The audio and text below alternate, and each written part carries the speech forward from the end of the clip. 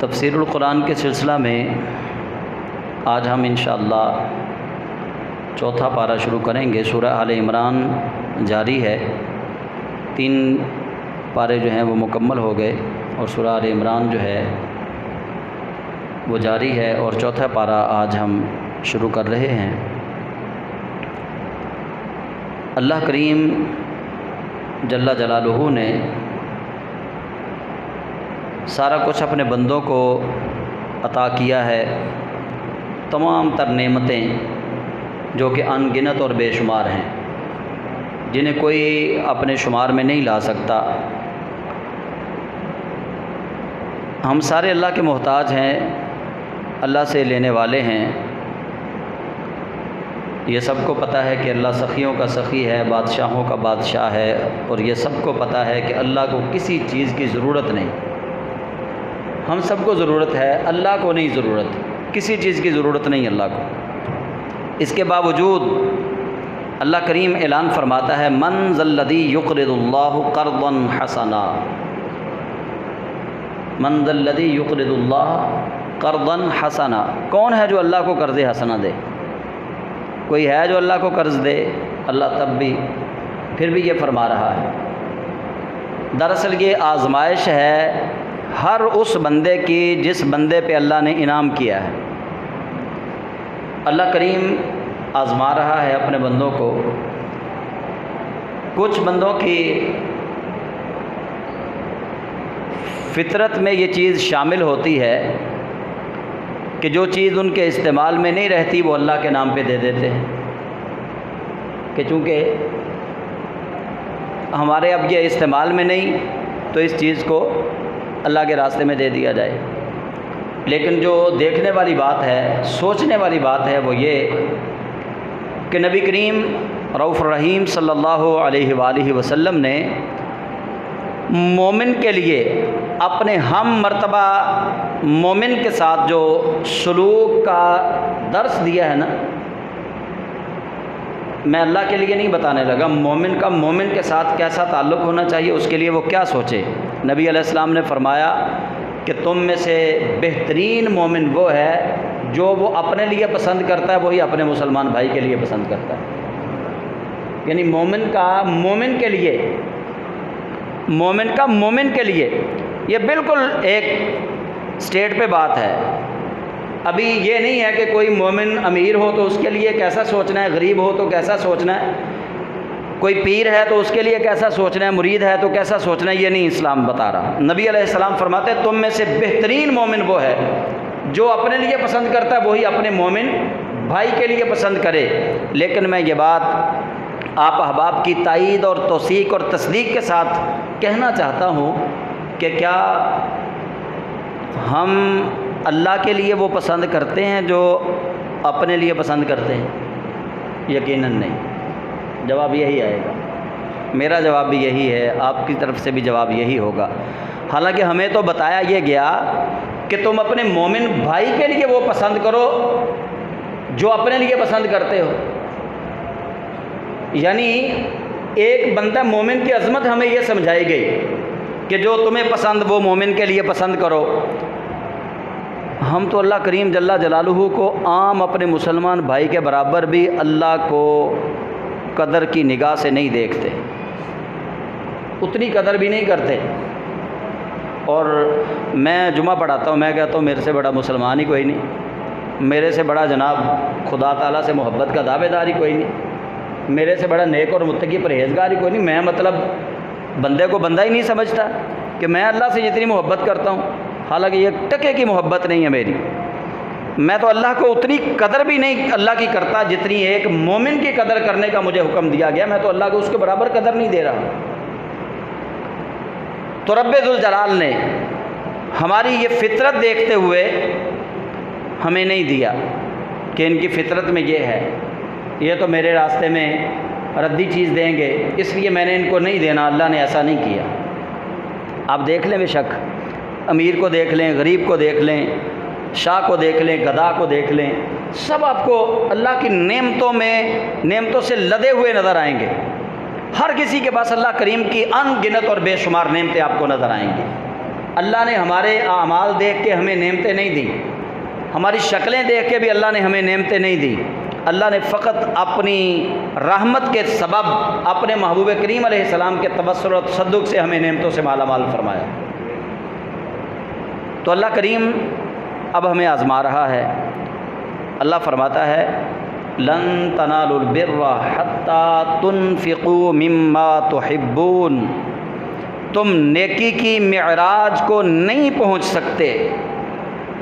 اب سمجھیے گا، لن تنالو، تم ہرگز حاصل نہیں کر سکتے، البر، نیکی، تم جو نیکی ہے نا، اصل نیکی، وہ حاصل نہیں کر سکتے۔ کب تک؟ حتی تنفقوا مما تحبون، جب تک تم اپنی پسندیدہ چیز اللہ کے راستے میں قربان نہیں کر دیتے، یعنی تم نیکی کی روح کو نہیں پا سکتے۔ تمہیں لوگ تو کہیں گے نیک کام کیا اس نے، تمہیں لوگ کہیں گے اس نے نیک کام کیا، یہ نماز پڑھتا ہے، یہ روزے رکھتا ہے، یہ حج بھی ادا کرتا ہے، یہ زکوٰۃ بھی دیتا ہے، لوگ تمہیں نیک کہیں گے، لیکن لن تنالوا البر، تم ہرگز نیکی کی روح کو نہیں پا سکتے، اصل نیکی کو حاصل نہیں کر سکتے، حتی تنفقوا، یہاں تک کہ تم خرچ کرو، مما تحبون، اس چیز میں سے جو تمہیں محبوب ترین ہے۔ بس یہی ایک وہ نقطہ ہے جو بندے کو بندوں میں سے اٹھا کر اللہ کے قریب کر دیتا ہے۔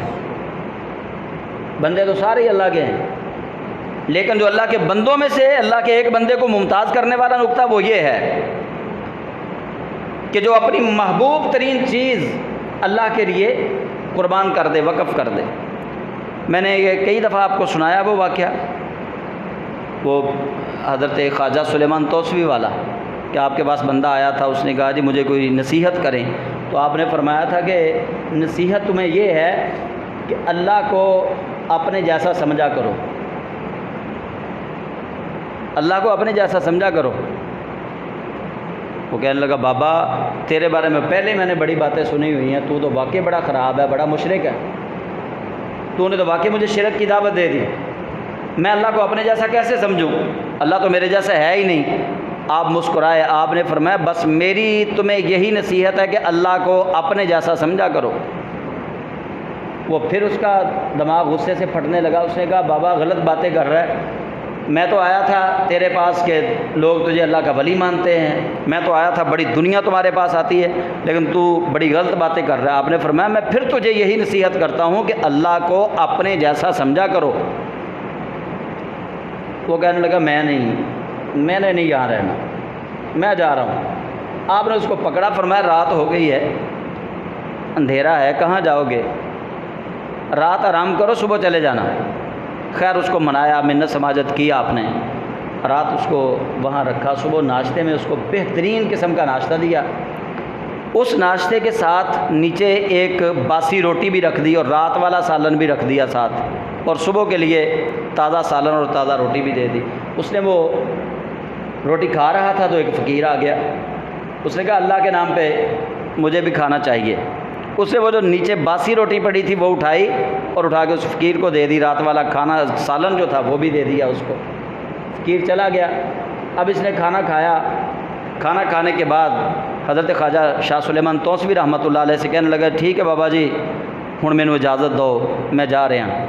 آپ نے فرمایا کہ میری نصیحت یاد ہے نا، اللہ کو اپنے جیسا سمجھنا۔ وہ کہنے لگا بابا جی یہ دیکھو میں ہاتھ جوڑتا ہوں، نہ غلط سائڈ پہ مجھے نہ لگاؤ، کیوں مجھے غلط درس دے رہے ہو؟ آپ نے فرمایا میں تمہیں صحیح درس دے رہا ہوں، اللہ کو کم از کم اپنے جیسا تو سمجھو۔ وہ کہنے لگا پھر مجھے سمجھا ہی دیں کہ اللہ کو کیسے اپنے جیسا سمجھو۔ آپ نے فرمایا تو نے ابھی بتایا تو ہے کہ تو اللہ کو تو اپنے جیسا بھی نہیں سمجھتا، تو نے رب کے نام پہ باسی روٹی دی، رب کے نام پہ رات والا کھانا دیا ہے، اور خود تو نے تازہ کھانا کھایا، خود تو نے تازہ سالن کھایا، جب اللہ کے نام پہ دینے کی باری آئی تو نے باسی روٹی اس فقیر کو اٹھا کے دے دی۔ فرمایا اس کا مطلب یہ ہے کہ ابھی تو اللہ کو اپنے برابر بھی نہیں سمجھتا، اللہ کو تو اپنے جیسا بھی نہیں سمجھتا۔ میں نے تو تمہیں یہ کہا ہے نا کہ اللہ کو اپنے جیسا سمجھا کرو، کم از کم اللہ کو اپنے جیسا سمجھا کرو، تو اللہ کو اپنے جیسا بھی نہیں سمجھتا۔ اگر تو اللہ کو اپنے جیسا سمجھتا تو جیسی روٹی تو نے تازہ کھائی ہے نا، اس تازہ روٹی میں سے آدھی روٹی اللہ کے نام پہ اس بندے کو دے دیتا۔ اصل نیکی کیا ہے؟ اپنی محبوب ترین چیز اللہ کے راستے میں قربان کرنا۔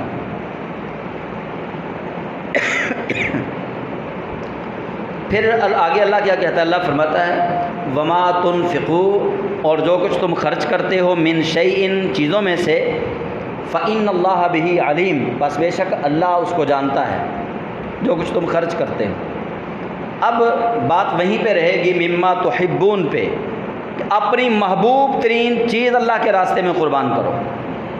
آپ جب تاریخ اٹھائیں گے اللہ کے نبیوں کے علاوہ آپ کو کوئی نظر نہیں آئے گا کہ اللہ کے نبیوں نے سب سے بہترین یہ قربانی پیش کی ہے، محبوب ترین چیزیں۔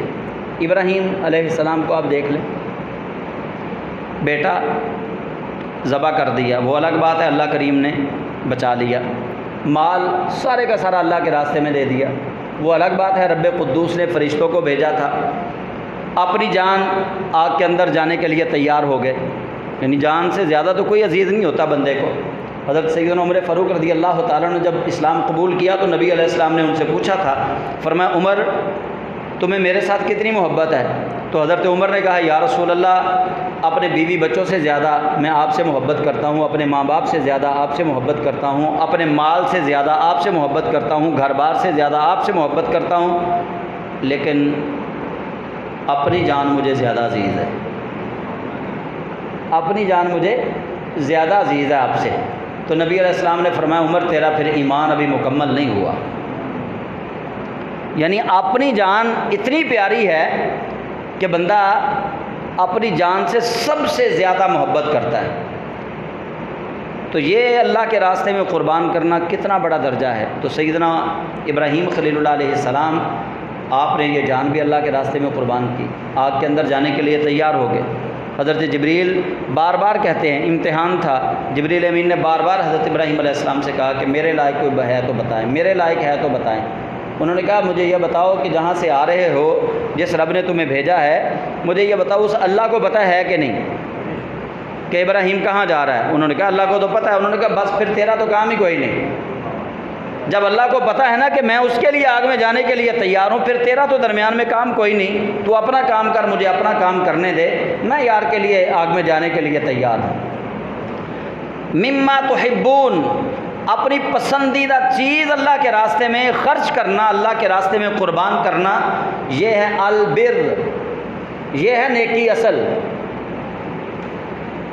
آپ یہ پوری ایک ہسٹری ہے، اس کو دیکھ لیں۔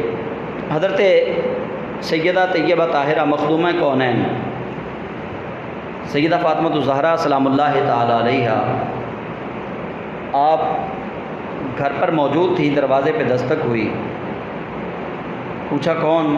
کہا سوالی ہوں اور کپڑوں کا سوال ہے، کپڑے چاہیے۔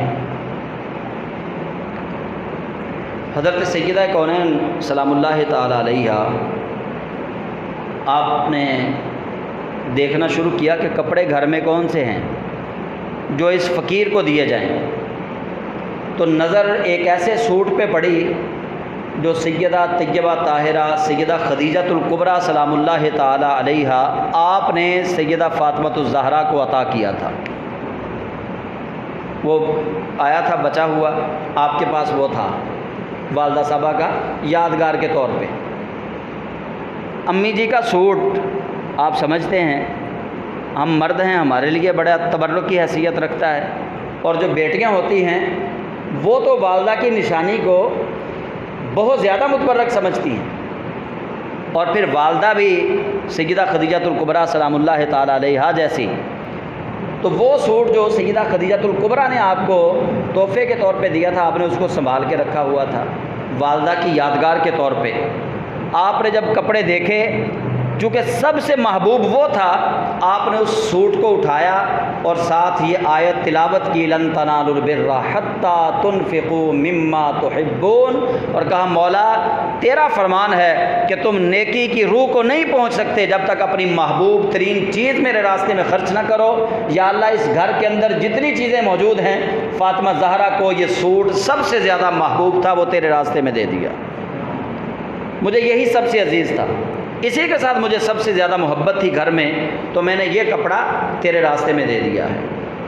اب خرچ کرنے پہ بندہ آئے تو بہت کچھ خرچ کر دیتا ہے دوستوں پہ، ایک دن میں 10-10 ہزار، 15-15، 20-20 ہزار خرچ کر دیتا ہے، لیکن اس خرچ کی قدر و قیمت کا تو قیامت والے دن پتہ چلنا ہے، لیکن جو اللہ کے راستے پہ اللہ کے نام پہ دینا ہے یہ بڑا مشکل کام ہے۔ میرے پاس بھی پیسے ہیں، آپ کے پاس بھی پیسے ہیں، تو آپ دیکھیے اگر مسجد کو 2 لاکھ کی ضرورت ہے تو ہم میں سے کوئی بندہ یہ حوصلہ نہیں کر پائے گا کہ یار اللہ کے نام پہ اچھا 2 لاکھ کی ضرورت ہے، یہ لے لو بھی فٹافٹ۔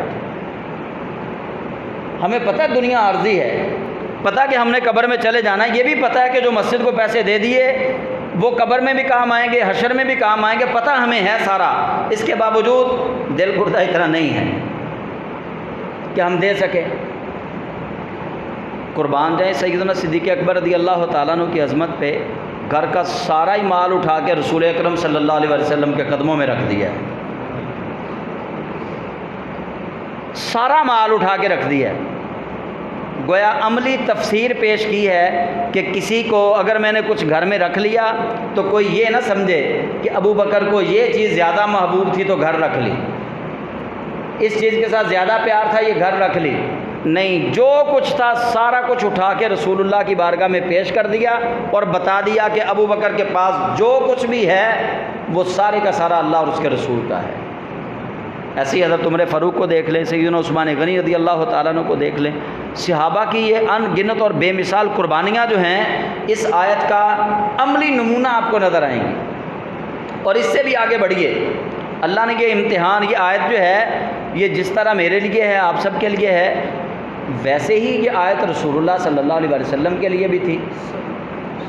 نبی علیہ السلام کو جبریل امین نے یہ پیغام سنایا اللہ کا، صحابہ نے اپنی اپنی بساط کے مطابق اپنی اپنی محبوب ترین چیزیں اللہ کے راستے میں قربان کی، اور رسول اکرم صلی اللہ علیہ وسلم نے سارا کنبہ ہی اپنا قربان کر دیا۔ محبوب ترین حدیث پاک آپ نے سن لی ہے، وہ جو میں نے جمعہ میں بیان کی تھی کہ نبی علیہ السلام نے فرمایا یا اللہ حسن اور حسین میرے محبوب ہیں، مولا یہ دونوں میرے محبوب ہیں، تو بھی ان کو اپنا محبوب بنا، اور جو شخص ان سے محبت کرے تو اس شخص کو بھی اپنا محبوب بنا۔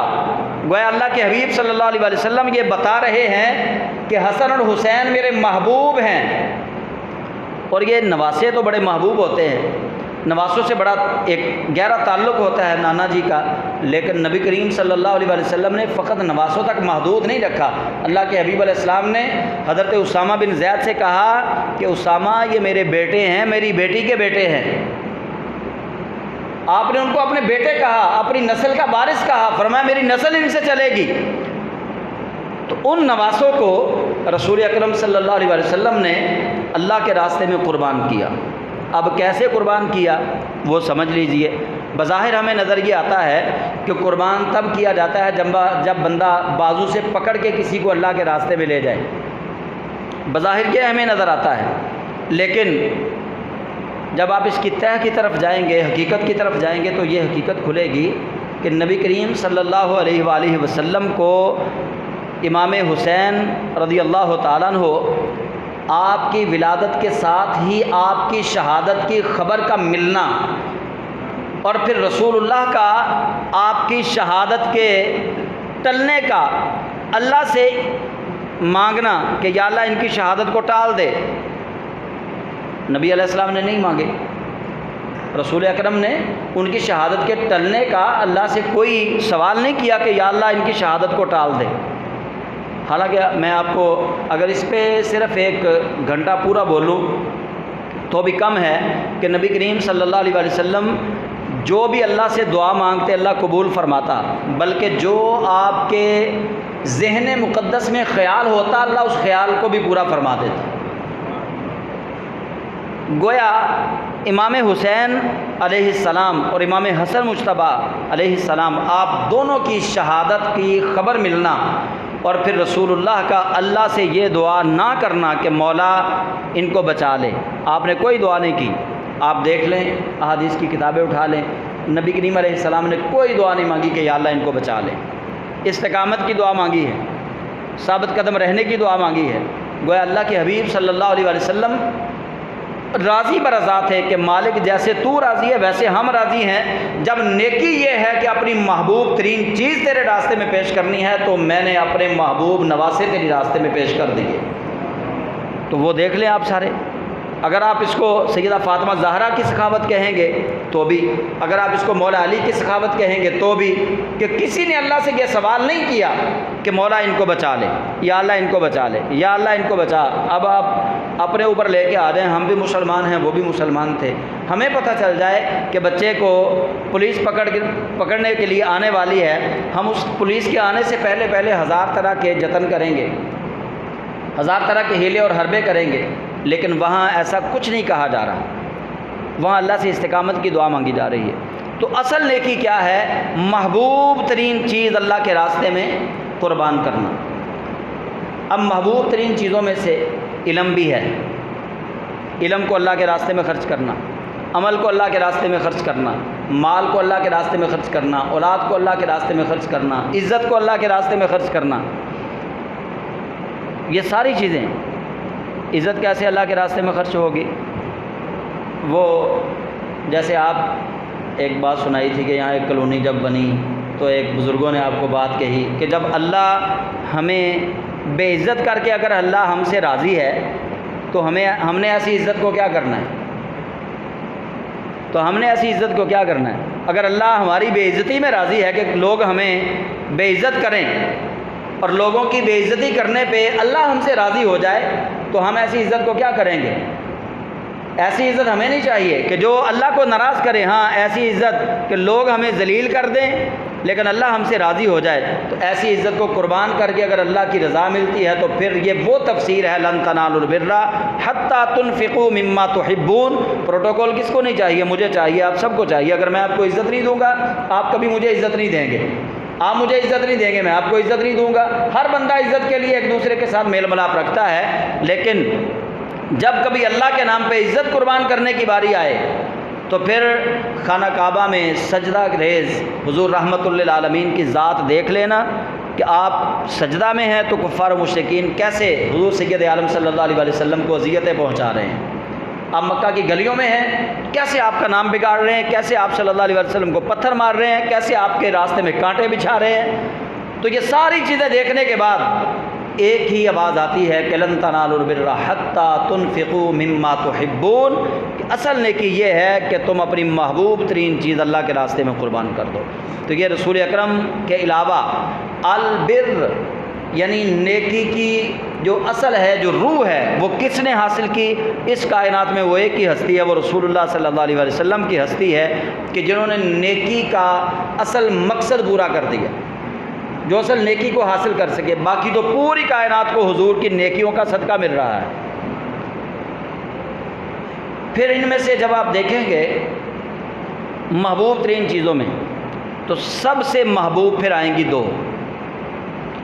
ویسے تو اللہ نے اس کی تشریح کی ہے سورۃ توبہ میں، فرمایا قل ان کان آباؤکم و ابناؤکم و اخوانکم و ازواجکم و اموالکم و عشیرتکم و اموالکم، یہ اللہ فرماتا ہے تمہارے آبا و اجداد، تمہارے بیٹے، تمہاری بیویاں، تمہارے رشتہ دار، تمہارا مال، و اموال اقترفتموہا، وہ مال جس کے خسارے کا تمہیں کبھی کبھی خدشہ ظاہر ہو جاتا ہے، و تجارت تخشون کسادہا، وہ تجارت جس کے گھاٹے کا تمہیں کبھی کبھی خدشہ ظاہر ہو جاتا ہے، وہ مساکن ترضونہا، اور وہ گھر جن میں رہنے سے تم بڑے راضی ہوتے ہو، جو تمہیں بڑے محبوب ہیں۔ یہ وہ ساری محبوب ترین چیزیں ہیں، گھر بار، اولاد، والدین، رشتہ دار، بیویاں، مال، یہ سارا کچھ محبوب ہے، لیکن ان سب میں سے دو چیزیں ایسی ہیں جنہیں رسول اللہ صلی اللہ علیہ وسلم نے ہائی لائٹ کیا۔ اللہ نے قرآن میں ان کو ہائی لائٹ کیا اور رسول اللہ صلی اللہ علیہ وسلم نے اپنے ممبر پر بیٹھ کر ان کو ہائی لائٹ کیا۔ وہ دو چیزیں کون سی ہیں؟ نبی علیہ السلام نے وہ قرآن کی آیت پڑھی، فرمایا انما اموالکم و اولادکم فتنہ، کہ اولاد اور مال یہ بہت بڑی آزمائش ہے، ساری چیزوں میں سے یہ محبوب ترین چیزیں ہیں، اور ان سب میں محبوب ترین چیز انسان کو اپنی اولاد اور مال۔ آپ نے زندگی میں کئی واقعات دیکھے ہوں گے، میں نے بھی دیکھے ہیں، باپ اپنے بیٹے کے حصے کی گولی کھا جاتا ہے، فائر جو ہے نا، فائر چلے، باپ اپنے بیٹے کے حصے کا اپنے سینے پہ کھا لیتا ہے، اور ماں کوئی چیز گرے اپنے بچے کو بچا لیتی ہے، اس ظلم کو اپنے اوپر برداشت کر لیتی ہے۔ یعنی ماں باپ اپنی اولاد سے اس حد تک محبت کرتے ہیں۔ نبی کریم صلی اللہ علیہ وسلم سے بڑا عاجزی اور انکساری والا، حضور سے زیادہ دنیا سے بے رغبت انسان اللہ نے بنایا ہی نہیں کائنات میں۔ نبی علیہ السلام کو دنیا کی کوئی تمنا نہیں تھی، اس کے باوجود نبی کریم علیہ السلام نے حسنین کریمین کو جب وہ گر رہے تھے اٹھایا، اپنی گود میں بٹھایا، قرآن کی یہ آیت پڑھی انما اموالکم و اولادکم فتنہ، فرمایا بے شک میرے رب نے سچ کہا کہ اولاد اور مال بہت بڑی آزمائش ہے۔ تو اولاد کو اللہ کے راستے میں قربان کرنا بڑے جگرے والی بات ہے، یہ بہت جگرے والی بات۔ یہ کربلا میں آپ کو سیدہ زینب وہاں پہ نظر آئیں گی، امام حسین علیہ السلام کی ہمشیرہ، یہ اس بہن کا آپ کو وہاں پہ جگرا نظر آئے گا، ان کی دلیری نظر آئے گی جو اپنے شہزادوں کو وہاں تیار کر کے بھیج رہی ہیں اپنے بھائی کے لیے کہ جائیں اور اللہ کے راستے میں قربان ہو جائیں حق کے لیے۔ انصار صحابہ نے یہ قربانیاں پیش کی ہیں رسول اللہ صلی اللہ علیہ وسلم کے لیے۔ تو یہ سب سے بڑی قربانی مال اور اولاد۔ آپ صحابہ کی پوری زندگی کو دیکھ لیں، جتنے بھی صحابہ تھے، کسی نے اپنی جان پیش کی ہے، کسی نے اپنا مال پیش کیا ہے۔ اسلام کا جو بوٹا پھلا پھولا ہے اس میں صحابہ کی یہی قربانیاں ہیں، اہل بیت کی یہی قربانیاں ہیں کہ جہاں مال کی ضرورت پڑی وہاں انہوں نے اپنا مال خرچ کیا، جہاں اولاد کی ضرورت پڑی وہاں انہوں نے اپنی اولاد کو اسلام کے لیے پیش کیا۔ کسی نے یہ وہاں اپنی پوزیشن نہیں دیکھی۔ حضرت ابوبکر صدیق رضی اللہ تعالیٰ عنہ غزوہ بدر میں آپ کا سگا بیٹا آپ کے مخالف تھا، بعد میں وہ مسلمان ہو گئے۔ حضرت ابوبکر کے بیٹے جب وہ مسلمان ہوئے تو انہوں نے کہا کہ ابا جی آپ کئی بار میری تلوار کے نیچے آئے لیکن میں نے آپ کو چھوڑ دیا کہ پھر بھی میرے ابا جی ہیں۔ تو حضرت ابوبکر صدیق رضی اللہ تعالیٰ عنہ فرمانے لگے اللہ کی عزت کی قسم ہے اگر میں تجھے دیکھ لیتا اپنی تلوار کے نیچے، تجھے اللہ کا دشمن سمجھتے ہوئے تمہارا سر قلم کر دیتا، یہ نہ دیکھتا کہ تو میرا بیٹا ہے، میں تمہیں فنش کر دیتا۔ تو یہ مال اور اولاد اس سے محبت ہے، لیکن اللہ کے راستے میں قربان کرنے کا جذبہ یہ اللہ کسی کسی کو عطا فرماتا ہے۔ مالدار آپ دیکھ لیں، دنیا میں کروڑوں لوگ مالدار ہیں، لیکن کبھی کبھی ایسا ہوتا ہے کہ کوئی بندہ بڑا ہی غریب ہوتا ہے، اس کے پاس چند ٹکے ہوتے ہیں لیکن وہ اپنی غربت کو مد نظر نہیں رکھتا، وہ اللہ کے ساتھ اس کی محبت اتنی ہوتی ہے وہ سارا کچھ نکال کے دے دیتا ہے، یہ لے لیں۔ تو اس لیے اصل نیکی کیا ہے؟ رب فرماتا ہے مما تحبون، اپنی محبوب ترین چیز اللہ کے راستے میں قربان کر دو، اصل نیکی یہ ہے۔ اب اس کے فوراً بعد اللہ فرماتا ہے کل طعام کان حلا لبنی اسرائیل، کل طعام، کل طعام، میں اس کو ذرا سادہ کرتا ہوں، کل طعام یعنی ہر کھانا، ہر کھانے والی چیز، کانا ہے، تھی، حلن حلال، لبنی اسرائیل، ہر کھانے والی چیز بنی اسرائیل کے لیے حلال تھی، الا ما حرم اسرائیل علی نفسہ، مگر وہ چیز جس کو اسرائیل نے اپنے اوپر خود حرام کیا۔ اسرائیل کہتے ہیں حضرت یعقوب علیہ السلام کو، تمام چیزیں ان پر حلال تھیں مگر کچھ چیزوں کو حضرت اسرائیل نے، حضرت یعقوب نے اپنے اوپر الا ما حرم اسرائیل علی نفسہ، کچھ چیزوں کو انہوں نے اپنے اوپر خود حرام کیا۔ حضرت اسرائیل یعنی حضرت یعقوب علیہ السلام وہ اونٹ کا گوشت نہیں کھاتے تھے اور اونٹ کا دودھ نہیں پیتے تھے۔ نبی کریم صلی اللہ علیہ وسلم کے پاس یہودی آئے، انہوں نے آ کے حضور اکرم صلی اللہ علیہ وسلم کی بارگاہ میں کہنے لگے کہ آپ اونٹ کا گوشت کھاتے ہیں؟ نبی علیہ السلام نے فرمایا کھاتا ہوں۔ آپ اونٹ کا دودھ پیتے ہیں؟ نبی علیہ السلام نے فرمایا بالکل پیتا ہوں۔ انہوں نے کہا جی پھر تو آپ ابراہیمی نہیں ہیں، آپ نے تو پھر جھوٹ بولا کہ میں ملت ابراہیم پہ ہوں۔ نبی علیہ السلام نے فرمایا وہ کیسے؟ انہوں نے کہا جی ابراہیم علیہ السلام تو اونٹ کا گوشت نہیں کھاتے تھے، نہ وہ اونٹ کا دودھ پیتے تھے، اور نہ ان کی اولاد نے اونٹ کا دودھ پیا، نہ اونٹ کا گوشت کھایا۔ تو وہ اگر آپ ملت ابراہیمی پہ ہیں، آپ اونٹ کا گوشت کیوں کھاتے ہیں؟ انہوں نے نبی کریم صلی اللہ علیہ وسلم سے آ کے یہ مذاکرہ کیا اور حضور اکرم صلی اللہ علیہ وسلم کو یہ طعنہ دیا کہ آپ ملت ابراہیمی سے پھر چکے ہیں۔ اگر آپ ملت ابراہیمی پہ ہوتے، آپ اونٹ کا گوشت بھی کھاتے اور دودھ بھی پیتے۔ تو اللہ تعالیٰ نے ان یہودیوں کا رد کیا، فرمایا کل طعام کان حلا لبنی اسرائیل۔ اللہ فرماتا ہے ہم نے تو سارے کھانے ہی حلال کیے تھے ان پہ، ہم نے کچھ بھی حرام نہیں کیا تھا۔ الا ما حرم اسرائیل علی نفسہ، مگر یہ کہ اپنے آپ پر خود حضرت یعقوب نے اونٹ کا گوشت کھانا، اونٹ کا دودھ پینا خود انہوں نے اپنے اوپر بند کیا تھا، اللہ نے تو بند نہیں کیا۔ کسی بیماری کے سبب یا اپنے نفس کو اذیت دینے کے لیے حضرت یعقوب علیہ السلام نے اونٹ کا گوشت اپنے اوپر بند کر لیا، اسی طرح ابراہیم علیہ السلام نے۔ تو رب تعالیٰ فرماتا ہے کہ یہ بات کب کی ہے؟ اللہ فرماتا ہے من قبل ان تنزل التوراۃ، یہ تورات سے نازل ہونے سے بھی پہلے کی بات ہے۔ یہ ابھی تورات نازل نہیں ہوئی تھی۔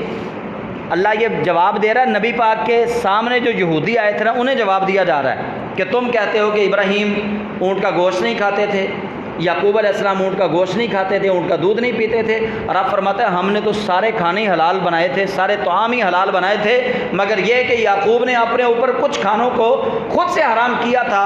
اور یہ بات کب کی ہے؟ اللہ فرماتا ہے من قبل ان تنزل التوراۃ، یہ تب کی بات ہے جب ابھی تورات نازل نہیں ہوئی تھی، یہ تورات کے نازل ہونے سے پہلے کی بات ہے۔ اگر تم اپنی بات میں سچے ہو، یہودیوں سے اللہ کہہ رہا ہے اگر تم اپنی بات میں سچے ہو، قل فأتوا بالتوراۃ فاتلوها ان کنتم صادقین، پھر تم تورات سے کوئی تلاوت تو کرو نا، ایسی بات جس میں اللہ نے کہا ہو کہ اونٹ کا گوشت بھی حرام ہے، جس میں اللہ نے کہا ہو اونٹ کا دودھ پینا بھی حرام ہے، تو پھر ایسا کرو قل فأتوا، پھر لاؤ بالتورات، تورات سے، فتلوہا، کوئی تلاوت کرو ایسی چیز، پھر تورات سے لے کے آؤ نا۔ تم جو کہتے ہو کہ ہم یہودی ہیں، ہم تورات کی تلاوت کرتے ہیں، تورات کے اندر یہ بات آئی ہے، تو اللہ کریم نے ان یہودیوں کو چیلنج دیا، فرمایا قل فأتوا بالتورات فتلوہا ان کنتم صادقین، اگر تم سچے ہو تو تورات کی کوئی آیت تلاوت کرو جس میں اللہ نے کہا ہو کہ اونٹ کا گوشت کھانا بھی حرام ہے، اونٹ کا دودھ پینا بھی حرام ہے۔ اللہ نے تجھے کہا ہی نہیں۔ فمن افترا علی اللہ الکذب، فمن افترا علی اللہ الکذب، انہوں نے افترا باندھا، پس جس شخص نے افترا باندھا، فمن افترا علی اللہ الکذب، جھوٹا افترا، جھوٹا بہتان لگایا، بس جس نے اس سچ کے آنے کے بعد بھی کہ تمہارے پاس دلیل ہی کوئی نہیں تورات سے، اس کے بعد بھی فمن افترا علی اللہ الکذب من بعد ذلک، اس چیلنج کے بعد بھی اگر کوئی شخص اللہ پہ جھوٹ باندھے، فاولئک هم الظالمون، پس وہی شخص ظالموں میں سے ہے، وہ ظالم ہے جو اللہ پہ جھوٹ باندھے۔ انہوں نے اللہ پہ کیا جھوٹ باندھا؟ انہوں نے اللہ پہ یہ جھوٹ باندھا کہ اللہ نے اونٹ حرام کیا ہے، اللہ نے گوشت حرام کیا ہے، اگر اللہ نے حرام نہ کیا ہوتا تو حضرت ابراہیم پھر کھاتے، حضرت یعقوب بھی اس کو کھاتے، حضرت اسماعیل بھی اس کو کھاتے۔ ان سب کا اونٹ کا گوشت نہ کھانا اس بات کی دلیل ہے کہ اونٹ کا گوشت حرام ہے، تو تم مسلمان جتنے بھی ہو اونٹ کا گوشت بھی کھاتے ہو، اونٹ کا دودھ بھی پیتے ہو۔ تو اللہ کریم جل جلالہ نے فرمایا محبوب یہ یہودی سارے مجھ پہ الزام لگا رہے ہیں، میں نے کوئی حکم نہیں دیا، میں نے اونٹ کو حرام نہیں کیا۔ اللہ کہتا ہے یہ جھوٹ بول رہے ہیں، فاولئک هم الظالمون، یہ ظالم لوگ ہیں جو اللہ پہ جھوٹا بہتان لگا رہے ہیں۔ قل، آپ ان سے کہیے صدق اللہ، اللہ نے سچ کہا ہے۔ اے محبوب آپ ان سے کہیے صدق اللہ، اللہ نے سچ کہا ہے۔ اب آپ یہاں اگر تھوڑا سا سمجھنے کی کوشش کریں گے تو بڑا لطف آئے گا۔ اللہ کی ذات پہ جب کوئی بہتان باندھتا ہے تو رب اپنے محبوب سے کہتا ہے محبوب جواب دو۔ اللہ کی ذات پہ جب کوئی بہتان باندھتا ہے تو رب اپنے محبوب سے کہتا ہے محبوب آپ جواب دیں۔ پچھلی آیت دیکھیں، فمن افطرا علی اللہ الکذب، پس جو اللہ پہ افطرا باندھے، جھوٹا افطرا، وہ ظالموں میں سے ہے۔ محبوب جب انہوں نے افطرا باندھا ہے تو قل، آپ ان سے کہیے صدق اللہ، اللہ نے سچ کہا ہے، فاتبعوا ملت ابراہیم حنیفا، تم اتباع کرو ملت ابراہیم کی جو باطل سے الگ رہنے والے تھے، وما کان من المشرکین، اور وہ مشرکین میں سے نہیں تھے۔ یہ جو یہودی تھے ان کے لیے کسی بھی نبی پہ بہتان لگانا بالکل معمولی سی بات تھی۔ یہ تو اللہ کو نہیں چھوڑتے تھے، اللہ پہ الزام لگا دیتے تھے۔ مطلب انہوں نے اللہ پہ یہ الزام لگایا کہ اللہ نے ہمیں محبوب بنایا ہے، اللہ پہ انہوں نے یہ الزام لگایا کہ اللہ کی ہمارے ساتھ اتنی محبت ہے، رب ہمیں موت دے گا لیکن تھوڑے دن کے لیے دے گا، رب ہمیں کچھ بھی نہیں کہے گا، اللہ ہمیں جلدی جلدی بخش دے گا، ہماری غلطیاں ہماری سزائیں جو ہیں وہ اللہ نے معاف کر دی ہیں۔ مطلب یہ انہوں نے اللہ پہ بہتان اتنے لگائے کہ بالآخر اللہ کریم جل جلالہ نے فرما دیا کہ فمن افترا علی اللہ الکذب من بعد ذلک فاولئک هم الظالمون، کہ جو حق بات کے آ جانے کے بعد بھی اللہ پہ الزام لگائے، اللہ پہ بہتان باندھے، رب فرماتا ہے یہ ظالم لوگ ہیں۔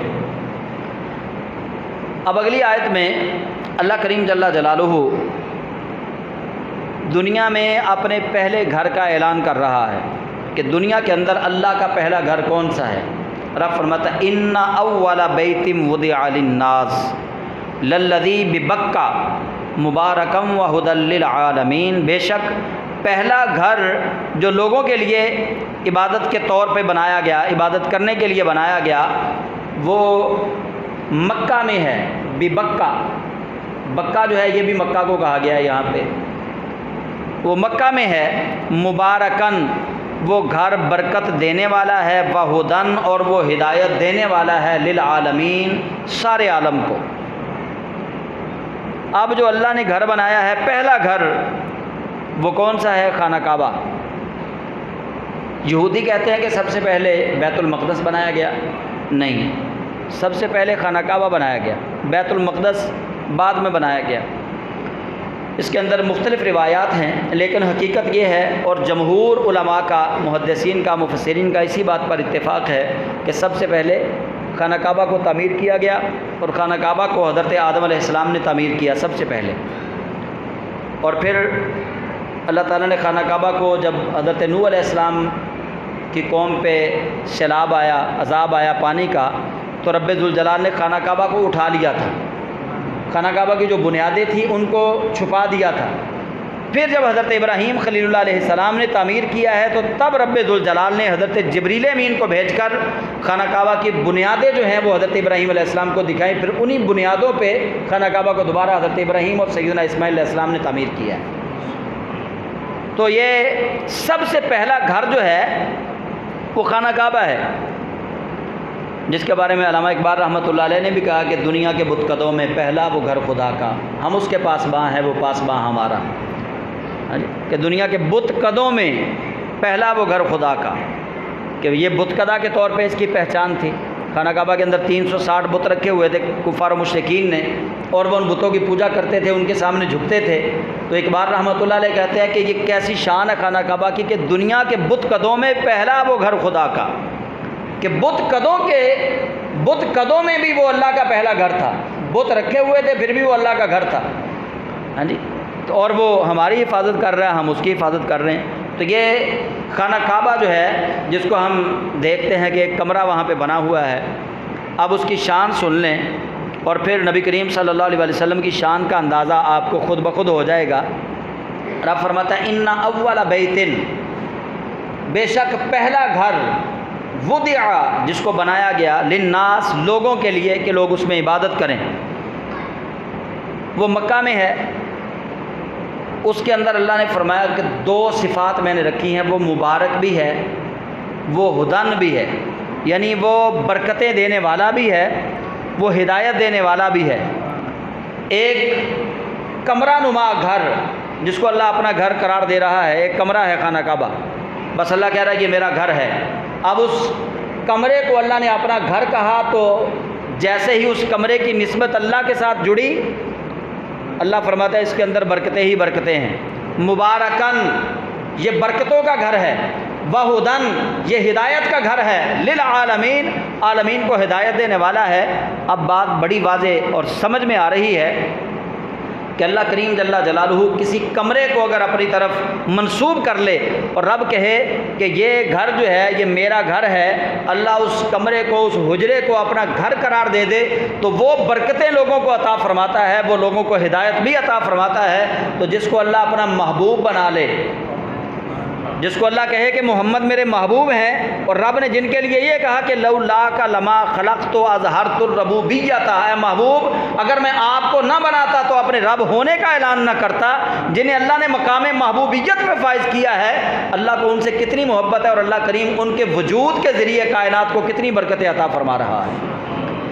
اور پھر اللہ نے خانہ کعبہ کی شان آگے بیان کی، رب فرماتا ہے فیہ آیات بینات، یہ اللہ کا جو گھر ہے اس کے اندر کھلی روشن نشانیاں ہیں۔ کون کون سی؟ اب پہلی نشانی اللہ کہتا ہے مقام ابراہیم، اس کے اندر ابراہیم کے ٹھہرنے والی جگہ بھی ہے۔ مقام ٹھہرنے والی جگہ کو کہتے ہیں مقام ابراہیم، اس کے اندر ابراہیم علیہ السلام کے قدموں کے نشان والی جگہ موجود ہے۔ ومن دخلہ کان آمنا، اور جو اس گھر میں داخل ہو گیا رب فرماتا ہے وہ امن والا بن گیا، جو اس گھر میں داخل ہو گیا وہ امن والا بن گیا۔ وَلِلَّهِ عَلَى النَّاسِ حِجُّ الْبَيْتِ مَنِ اسْتَطَاعَ إِلَيْهِ سَبِيلًا، اور اللہ کے لیے ہے لوگوں پر فرض حج کرنا اس گھر کا، من استطاع، اپنی استطاعت کے مطابق، جو اس کی استطاعت رکھتا ہے اس بندے پر واجب ہے اللہ کے اس گھر کا حج کرنا۔ الیہ سبیلا، اللہ کے راستے میں جو چل سکتا ہو، چلنے کی طاقت رکھتا ہو، اس کے لیے فرض ہے کہ وہ اللہ کے گھر کا حج کرے۔ ومن کفرا، اور جو انکار کرے کہ میں حج کرنے نہیں جانا، صحت بھی ہو، پیسے بھی ہوں، سارا کچھ اس کے پاس ہو، اللہ فرماتا ہے ومن کفرا، اور جو حج کرنے سے منکر ہوا، فإن اللہ غنی عن العالمین، بس اللہ تو بے نیاز ہے ساری دنیا سے۔ اللہ کو تمہارے نہ حج کرنے کی فکر ہے نہ تمہارے نہ کرنے کی فکر ہے۔ تم کر لو گے تو اپنا آپ سنوارو گے، اپنے گناہ معاف کرواؤ گے، اگر نہیں کرو گے تو اللہ کا کیا بگاڑو گے؟ اللہ تو غنی ہے، اللہ کو تو کوئی پرواہ نہیں، اللہ تو الصمد ہے، وہ تو بے نیاز ہے، اس کو تو تمہاری نیکیوں کی کوئی ضرورت نہیں۔ اب یہاں اسی آیت کو اگر آپ دیکھیں کہ اللہ تعالیٰ نے جو خانہ کعبہ کی، یہ آیت نمبر 97 تک جو ہے یہ آج ہم نے پڑھا ہے، 97 آیات کمپلیٹ ہو گئی یہاں پہ۔ تو یہ 97 نمبر آیت میں اللہ تعالیٰ نے جو خانہ کعبہ کی شان بیان کی، اللہ فرماتا ہے فیہ آیات بینات، اس کے اندر آیات، یہ آیت کی جمع ہے، فرمایا واضح نشانیاں ہیں۔ کتنی نشانیاں؟ بہت ساری نشانیاں اس میں، لیکن جب ذکر کیا تو ایک کا، فرمایا مقام ابراہیم، فیہ آیات بینات، کتنی واضح روشن نشانیاں اس میں، مقام ابراہیم۔ لیکن سب سے بڑی جو نشانی ہے اللہ فرماتا ہے وہ مقام ابراہیم ہے۔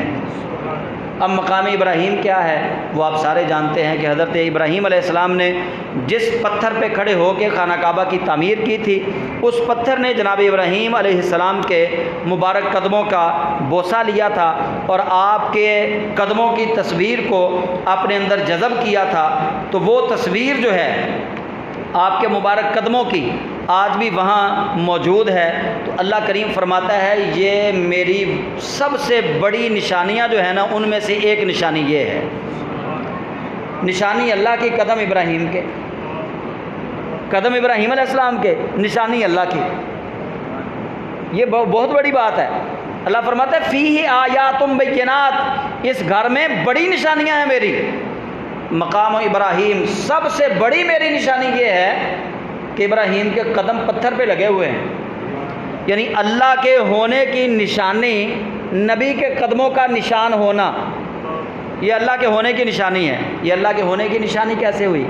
اللہ کے ہونے کی نشانی اس طرح ہے کہ جناب ابراہیم علیہ السلام پہاڑوں پہ چلتے رہے، ساری زندگی پہاڑوں پہ ہی آپ نے سفر کیا ہے، پہاڑوں پہ ہی آپ چلے ہیں، کسی پہاڑ پہ کسی پتھر پہ آپ کے قدم نہیں لگے، لیکن جس پتھر پہ رب نے چاہا اسی پتھر نے آپ کے قدموں کا بوسہ یوں لیا کہ آپ کے قدموں کی تصویر اپنے اندر جذب فرما لی۔ اس لیے یہ اللہ کی نشانی ہے کہ رب نے چاہا تو پتھر میں آپ کے قدم مبارک کی تصویر جو ہے وہ پیوست ہو گئی۔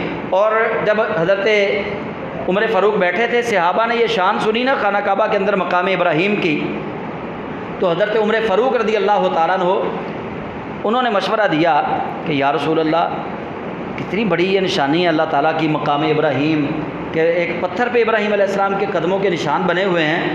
آقا، اس جگہ کو تو مسلمانوں کے لیے مصلی ہونا چاہیے، نماز پڑھنے کی جگہ ہونی چاہیے۔ ابھی حضرت عمر فاروق رضی اللہ تعالیٰ عنہ یہ بات کر کے چپ ہوئے ہیں، اللہ تعالیٰ نے جبریل امین کو بھیجا قرآن کی آیت دے کر کہ میرے محبوب سے جا کر کہو واتخذوا من مقام ابراہیم مصلی، محبوب اللہ نے مقام ابراہیم کو تمہارے لیے مصلی بنا دیا ہے، نماز پڑھنے کی جگہ تمہارے لیے بنا دیا ہے۔ تو اب آپ دیکھیے کہ حضرت عمر فاروق رضی اللہ تعالیٰ عنہ نے اس مقام ابراہیم کی جو عظمت کو پہچانا، اس کے پیش نظر آپ نے رسول اکرم صلی اللہ علیہ وسلم کے سامنے اپنا مشورہ رکھا، اور رب قدوس نے پھر مقام ابراہیم کو مسلمانوں کے لیے مصلی بنایا۔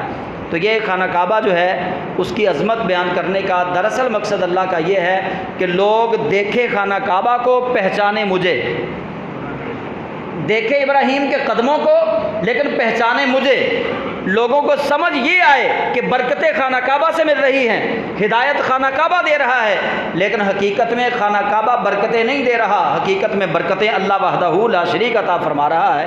اسی طرح حضور رحمت للعالمین خاتم النبیین صلی اللہ علیہ وسلم، آپ کے وجود مسعود سے جتنی برکتیں کائنات کو مل رہی ہیں، اور نبی علیہ السلام نے جتنی مشکل کشائیاں کی ہیں، حضور نے جتنی حاجت روائیاں کی ہیں، وہ دیکھنے کو یہ ہے کہ حضور حل فرما رہے ہیں، لیکن حقیقت یہ ہے کہ اللہ حل فرما رہا ہے۔ دراصل وہ منبع اللہ کی ذات ہے جہاں سے فیض حضور رحمت عالم صلی اللہ علیہ وسلم کو نصیب ہو رہا ہے۔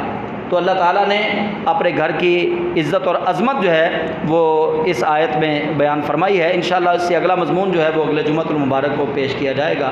وآخر دعوانا ان الحمد للہ رب العالمین۔